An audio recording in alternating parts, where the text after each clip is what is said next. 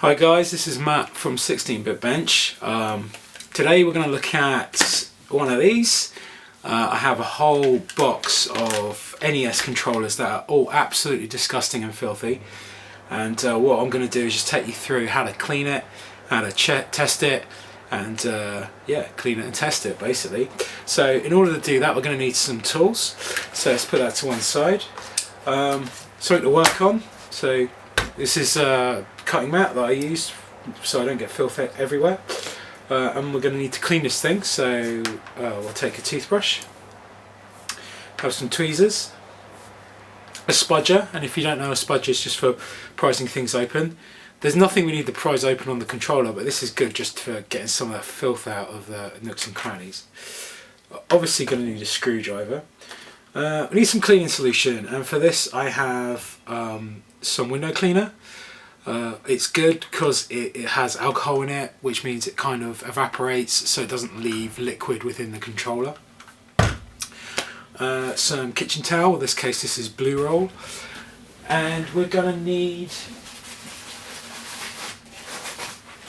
one of these things, and that is a magic sponge. It's a mildly abrasive, kind of encased in a foam thing, and that is great for rubbing off little scratches that you find on the controllers.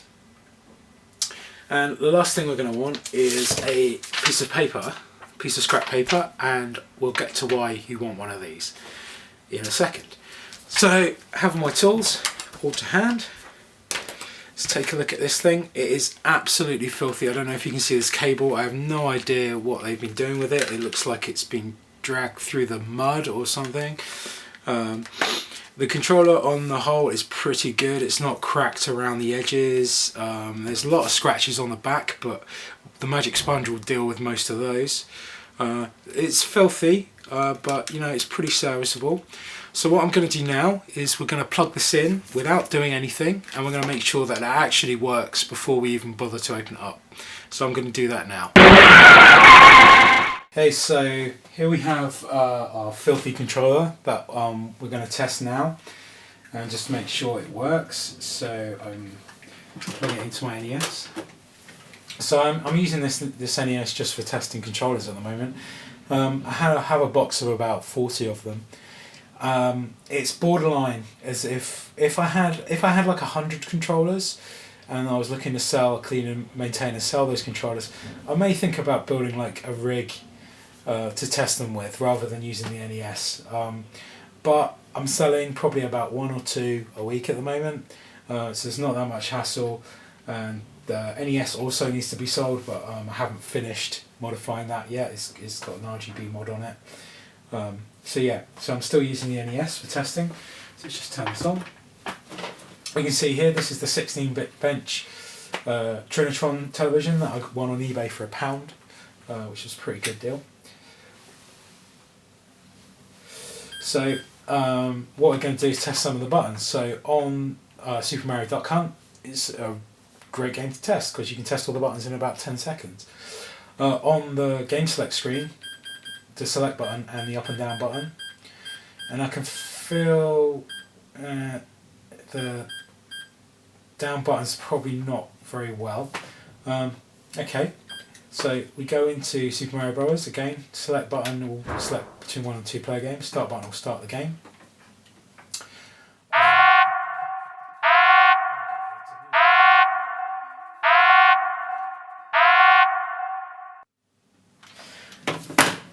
Okay, so I just had to mute the sound because I realised that Nintendo are really militant about copyright claims on YouTube clips, so you know we want to avoid that. Okay, so yeah, left and right feel a bit weird. The A button feels a bit weird. I think it probably needs the pads need cleaning inside. That's definite. But yeah, so on the game you can test left and right. We've already checked up and down on the select screen. We already checked select button. We know the start button works because we used it to start the game, but again in game I can pause it. Left and right we need to test in game, and we just tested those. And A and B you test just by running. So whoop. Okay, so we tested the controller and found it works pretty well. What we're going to need to do is clean it.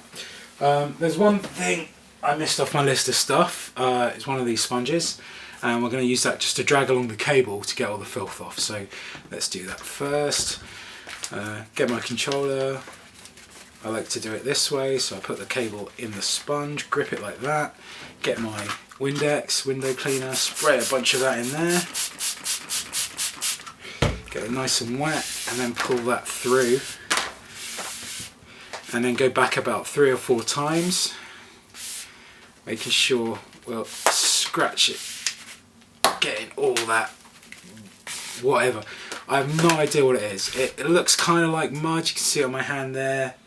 It's not anything smelly. It reminds me of like the kind of filth you get in the car, you know, like exhaust fumes or something. It's weird. So the guy I bought these off is a French guy. He ran some gaming shows down in Marseille for a few years, but he quit that, and all this stuff was in storage in a barn in France, and then when he moved to the UK he brought it with him. So it all came over in these crates, and I met the guy and I bought all this stuff off of him. And just going through the crates, they're all full of this kind of muck. There's just, you know, debris in there and stuff. What you'd expect if you stored something just for a long period, really. Okay, so if we look at that, you can see the filth that's come off the cable there. That's and now it's a whole lot better. It no longer looks dirty. Okay, so what we're going to do is we're going to open this baby up, and that will allow us to get in, clean the buttons. You know this seam here, you see this? I'm sure you all know, we've all, you know, interesting games, but when you have a controller for a few months or years, dead skin and dirt off your hands just tends to accumulate in these cracks, and it's pretty gross. So yeah, we're going to clean that out. Okay, so let's open this up. Nothing special, 6 normal Phillips head screws in there. And the kind of methods that we're using on this NES pad are good for any other control pad really, right up, you know, if your PlayStation 4 or Xbox 360 pad needs to clean, it's going to be pretty similar. The basic idea is going to be the same. It has these rubber pads that we'll show you. So this is the inside the NES controller. It is, you know, a very simple controller. You see here, this is the cable retention stuff. It's actually quite a clever idea. So if you pull on the cable, it's gripped by these teeth and it doesn't pull on the solder joints. So yeah, great bit of design there. Let's pull this out. So straight off we can see that this is absolutely filthy, and so on these rubber things, they make contact with the pads on the controller, and we can see they're actually pretty worn away here. So what we might need to do is scrape away some and expose some copper so these will work properly. In our testing it did work, but I think in a few years this pad may stop working altogether. So what we're going to do is use an abrasive eraser to scratch away some of the solder mask and expose the copper underneath, and that will make that connection better. We also need to clean off the carbon deposits here and just clean these bits. If you take the D-pad out, you can see there's all filth in that. We're going to get, that's what the toothbrush is for, we're going to get a toothbrush in there and clean that out. And these buttons are all filthy around the edges as well, so it's totally disgusting. So what I'll do is I'll put this to one side for now. This pad isn't too bad. It's in pretty good shape. So what we're going to do is I am going to clean the internal components first and then focus on the outside bit.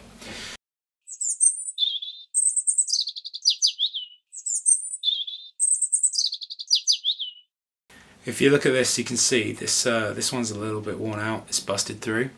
That's not the end of the world. The button shape holds that in position even without the surround. So what I'm going to do is probably just leave that one. We'll test it, you know, after we finish cleaning, and if it is still bad, then you can buy these replacement bits to keep the pad alive. So that might be something we're looking into.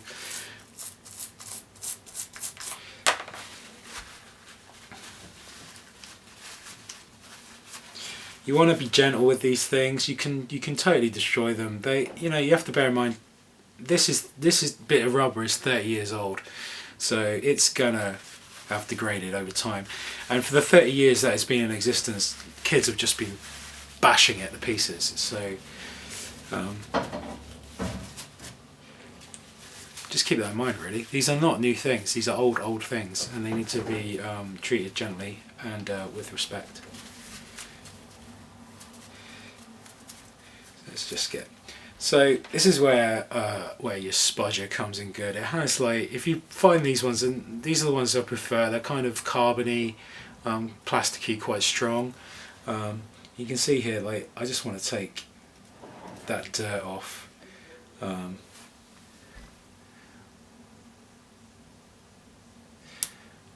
With my spudger.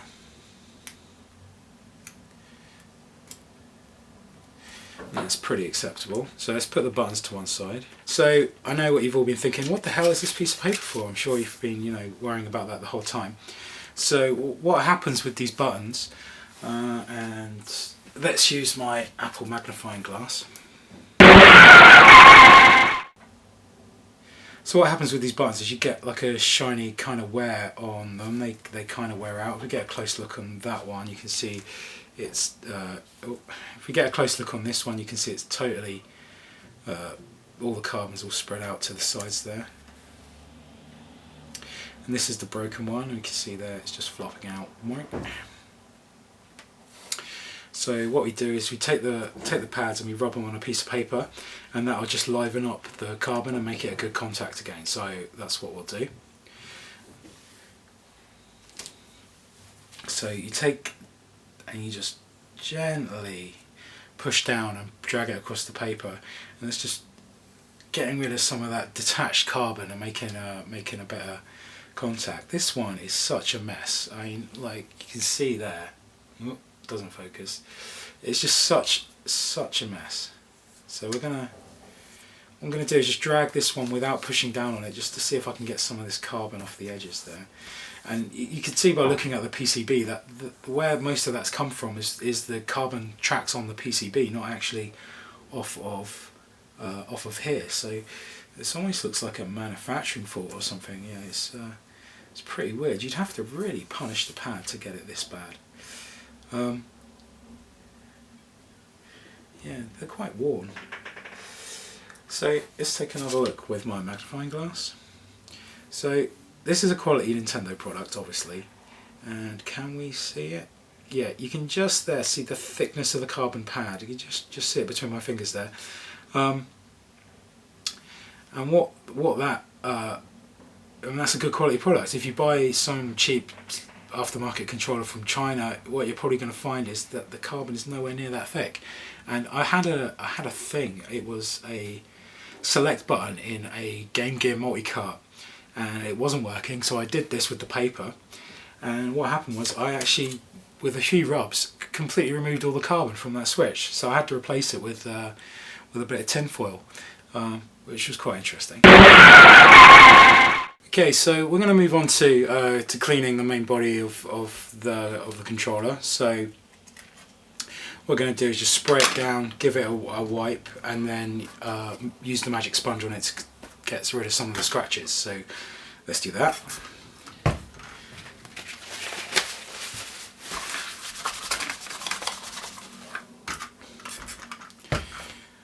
Toothbrush, really useful. We'll want to get in here around here. There's letters on the back of the controller, and in the letters dirt likes to build up, so we'll try and get as much of that out as possible.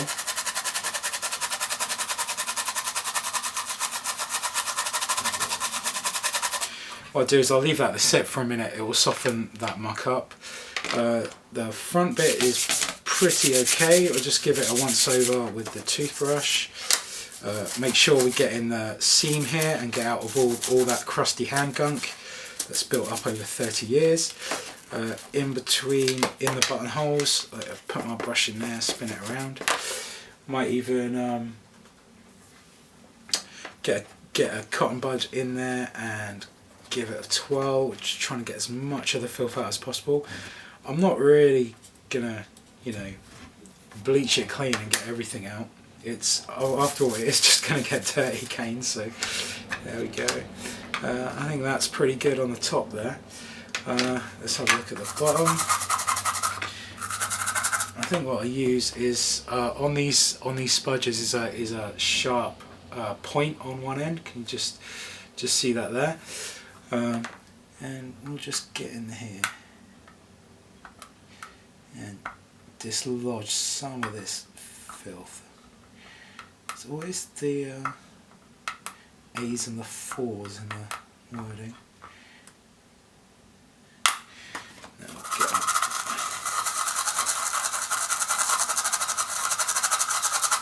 Yeah, so that's most of the surface filth done. If I use my iPhone here just to get a close-up video for you guys,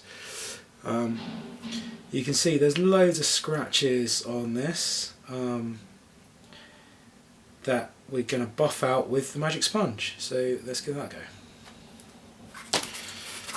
It's a nice new clean one. They do kind of wear out almost immediately.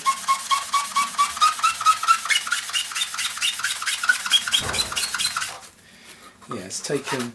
So what it is, it's mildly abrasive. So what it's actually doing is wearing away some of the plastic case.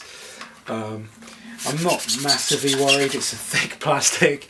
You know, to wear a hole in it with a magic sponge would be here for a long, long time. So yeah, what it does is just smooths down some of the surface and buffs out those surface cracks and lifts the filth up. You know. And you can get it reasonable, but you'll never get it looking new.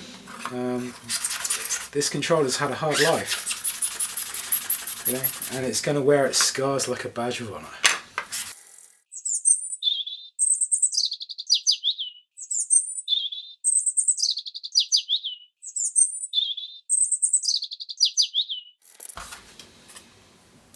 Okay, so let's just do a before and after, and you can see it now. I've gone at it with the magic sponge. There's still some marks and there's still some filth, but this is a 30-year-old piece of plastic. So, you know, I am being realistic. I hope most people out there are being realistic.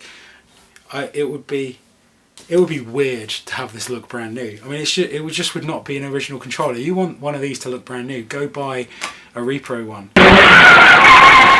Okay, so here we are back with the circuit board. So the first thing we did at the top of the video was clean the cable. It was brown, I'm not sure why.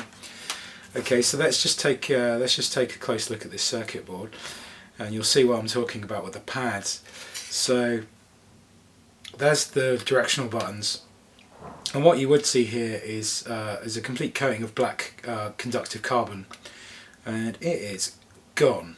It is gone from here, it's gone from here.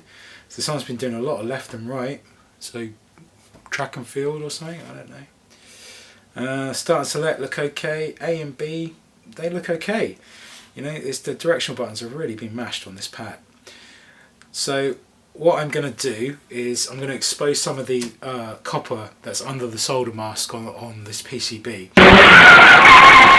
Yeah, so under this this green solder mask is the copper that's actually conducting and moving the signals around the board. What they do with these is instead of exposing the copper and using that to make the connection, they apply this kind of conductive carbon stuff. The thing is, you don't really need that. So what I'm going to do is I'm going to use this etching tool just to scratch away where the carbon's disappeared and make the copper a bit more prominent, and then that will work just as well as the carbon did before. So yeah, so we'll just do that now. So it's like, you know, if the copper was exposed or the carbon was there, actually the up one is fine, then it would be fine. It's the fact that the carbon has been worn away, and all that's there is the solder mask, which is non-conductive, and that's just not going to work. So I'm going to clean this up with some isopropanol alcohol. Everyone loves this stuff.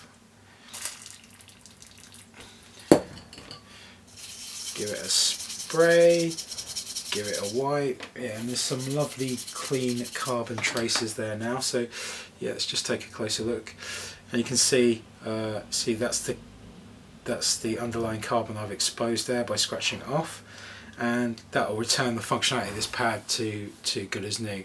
So when we did test it, I think if you remember, the directions weren't that good. Mario didn't squat as much as I would have liked. So yeah. Okay, so we've had a look at the board, we've cleaned the outer case, we've cleaned the buttons and all of this stuff. So all it remains now is to put this thing back together and then plug it back into the NES and make sure it still works. Okay, so let's go on.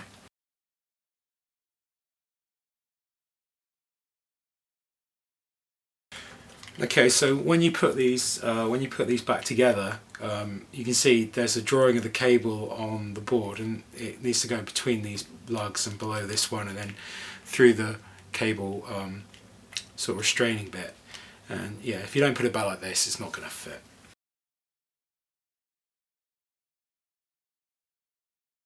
Okay, there we go. So let's just take a closer look with the iPhone here.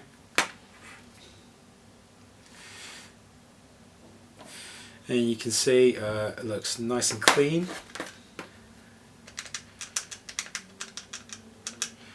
That A button feels a bit spongy to me. That's where that pad is broken. So we might want to, when we test that, we'll see if that works. If it's okay, if it's not, we'll need to get a replacement. Yeah, but all of those buttons look fine to me. Okay, so we've cleaned the controller, we've sort of revamped it inside, we've identified and fixed some problems. So all there is to do now is plug it back into the NES and play some Super Mario Brothers and make sure it still works. So yeah, let's do that. Hey, so we're back over here now, going to test the pad we just cleaned. Let's turn the NES on. So again, the select button works fine, up and down. We clean those contacts, so now up and down seem to work better than it did before. Let's start the game. Again, select button, start button, they all work. Let's run Mario, so run, stop, jump, left, right, jump, jump, jump. Yeah, this is a good pad, this feels good. The A button is a little bit spongy because that membrane's torn. So I think I'll probably just replace that before I put this one on eBay.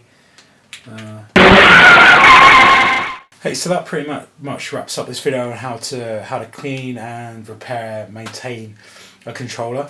Like I said, that applies to almost all video game controllers that you can find. So Master System, Genesis, Super Nintendo, GameCube, they all use those rubber membranes, they all use the carbon pads, even way up to the PlayStation 4, they still use the same technology. So if you found this video useful, please like it. I'd love to hear from you guys in the comments, anything you've found in these pads or what you do when you're refurbishing this kind of stuff.